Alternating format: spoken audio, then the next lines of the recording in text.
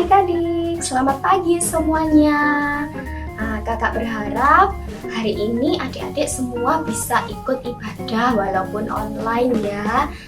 Sebelum itu kita mau berdoa terlebih dahulu. Oke, semuanya dalam sikap berdoa, lipat tangan, tutup mata.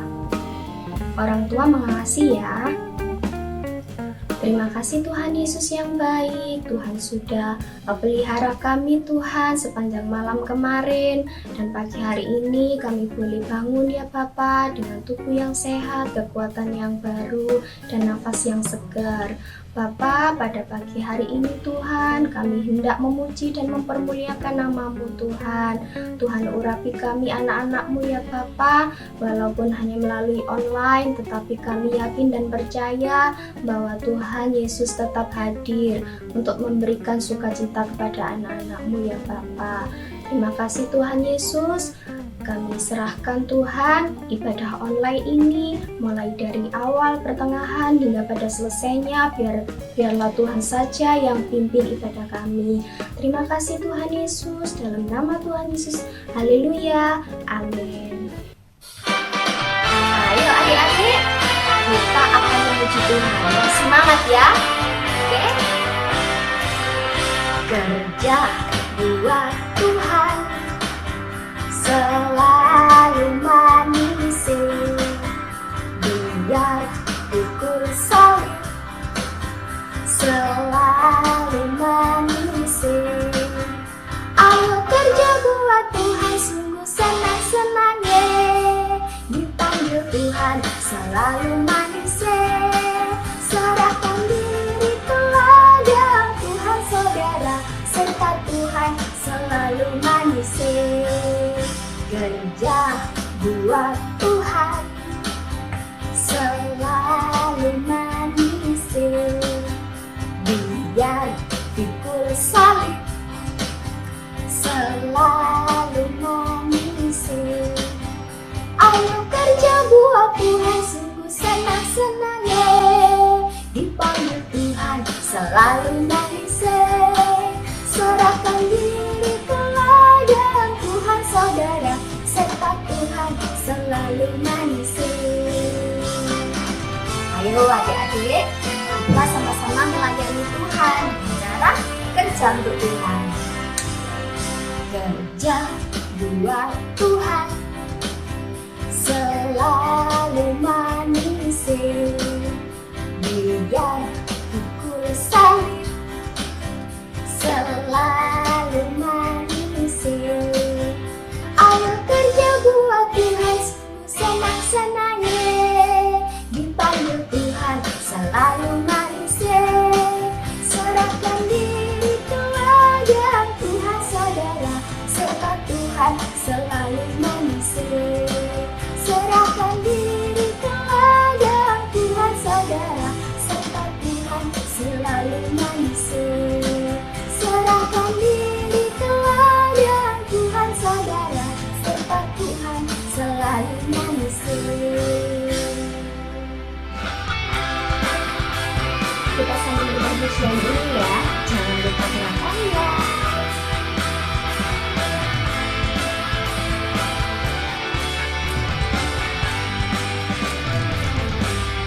Lama ku cari-cari langkah hidup yang lebih pasti di depanmu.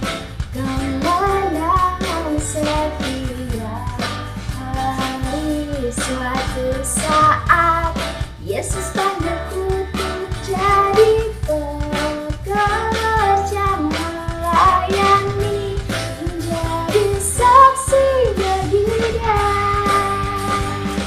Bukan sembarang pekerja, lalala Yesus luar biasa, lalala Dia Raja segala raja, lalala membangkitkan jiwa, dan hanya anugerah semata, lalala aku dipakai awalnya, lalala sungguh amat istimewa, menjadi pekerja Yesus yang mulia.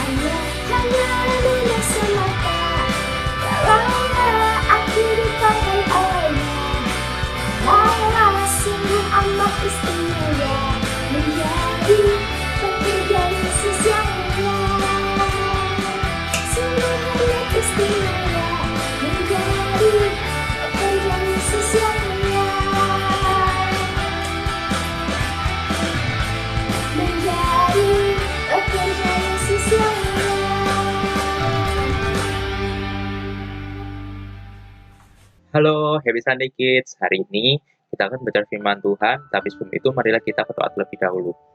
Terima kasih Bapa, terima kasih Tuhan Yesus atas berkat pada hari ini Tuhan. Kami telah memuji, membesarkan nama-Mu Tuhan. Sebentar lagi Tuhan kami akan mendengarkan sebagian dari firman-Mu Tuhan. Kiranya jadikanlah hati kami Tuhan, karena yang paling subur, yang siap ditaburi oleh benih firman-Mu Tuhan. Berkati juga hamba-Mu yang akan menyampaikan firman-Mu Tuhan, sehingga apa yang dikatakan Tuhan sesuai dengan isi hati-Mu. Di dalam nama Tuhan Yesus Kristus, kami telah berdoa dan mengucap syukur. Haleluya, amin.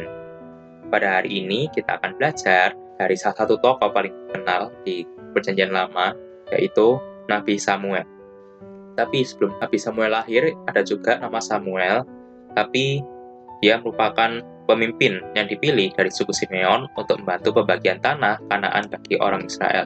Kita dapat membacanya juga ada di kitab Bilangan 34 ayat 18-20. Tapi hari ini kita nggak fokus pada tokoh ini, kita akan lihat ke Nabi Samuelnya.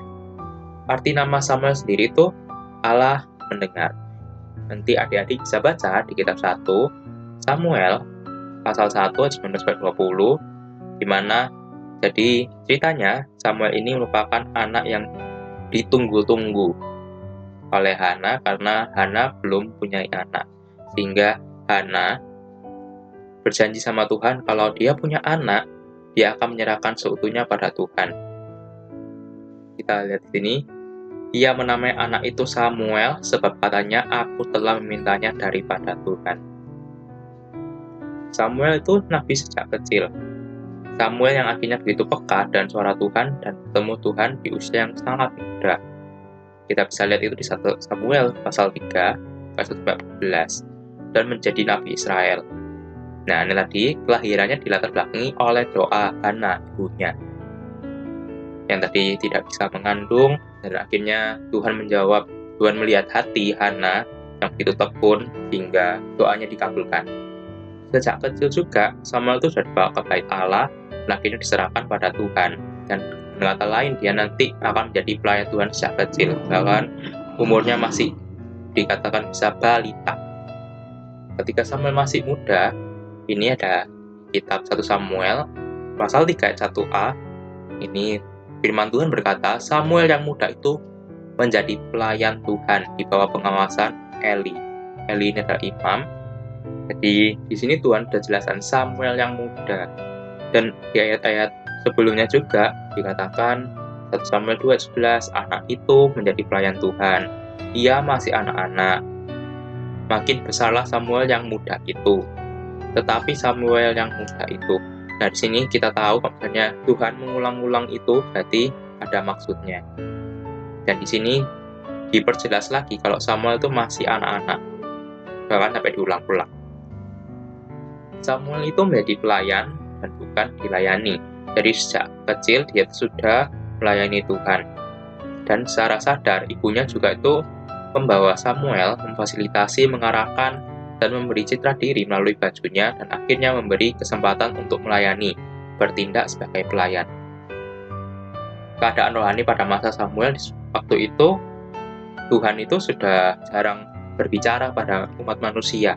Jadi jarang memberikan penglihatan, bahkan bicara seperti zamannya Nabi Musa yang selalu ketika bicara, nanti Tuhan berkata di Gunung Sinai, sebagainya.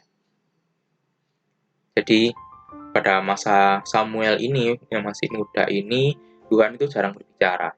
Karena biasanya pada zaman ini banyak sekali penyembahan berhala, perbuatan-perbuatan yang tidak menyenangkan Tuhan. Namun, ada teladan dari Samuel yang kita bisa dapatkan. Yang pertama, 1. Rindu dekat pada Allah. Ini yang kita bisa lihat di 1 Samuel 3:3. Lampu rumah Allah belum lagi padam, Samuel telah tidur di dalam bait suci Tuhan, tempat tabut Allah. Di sini kita bisa lihat yaitu rindu dekat pada Allah. Dia selalu ada di bait Allah, di mana dia juga akan melayani Tuhan dan belajar banyak bersama Imam Eli di sana. Jadi dia punya saat teduh pribadi, ibadah keluarga, ibadah jemaat, dan hidup itu didefinisikan sebagai ibadah. Yang kedua, menolak keadaan yang biasa-biasa saja. Jadi di sini ceritanya Imam Eli, matanya mulai kabur dan tidak dapat melihat dengan baik sedang berbaring di tempat tidurnya. Namun yang dimaksud di sini, tempat tidurnya di sini adalah bait Allah. Karena yang manusia pada umumnya tidur di rumah-rumah mereka masing-masing, tapi Samuel ini juga tidur bersama Imam Eli di bait Allah, sehingga dia tidak mengikuti kebiasaan orang-orang pada umumnya. Itulah kenapa ada ilustrasi, ada satu lampu menyala sedangkan yang lain padam. Ini maksudnya adalah kita harus menjadi terang bagi sesama kita, sehingga orang-orang di dekat kita itu tahu kalau misalnya Tuhan itu baik dan Tuhan itu ada. Yang ketiga, anak yang berbakti pada orang tua.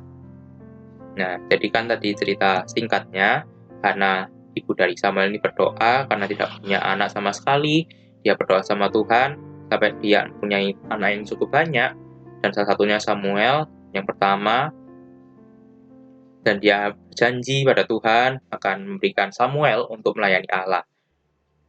Nah, dan di situ Samuel pun bertumbuh dalam rasa percaya bahwa Allah itu nyata.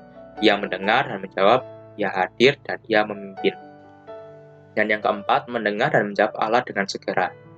Kita bisa baca di 1 Samuel 3:4, lalu Tuhan memanggil, Samuel, Samuel, dan ia menjawab, ya Bapa. Nah, ini kita bisa baca dari ayat 4-8, lalu Tuhan memanggil, Samuel, Samuel, dan ia menjawab, ya Bapa, lalu berlarilah ia pada Eli, serta katanya, ya Bapa, bukanlah Bapa memanggil aku, tapi Eli berkata, aku tidak memanggil, tidurlah kembali. Lalu pergilah ia tidur. Dan Tuhan memanggil Samuel sekali lagi. Samuel pun bangunlah, lalu pergi mendapatkan Eli setelah. Ya Bapa, bukankah Bapa memanggil aku? Tapi Eli berkata, aku tidak memanggil anakku, tidurlah kembali. Samuel belum mengenal Tuhan, firman Tuhan belum pernah dinyatakan kepadanya. Dan Tuhan memanggil Samuel sekali lagi untuk ketiga kalinya.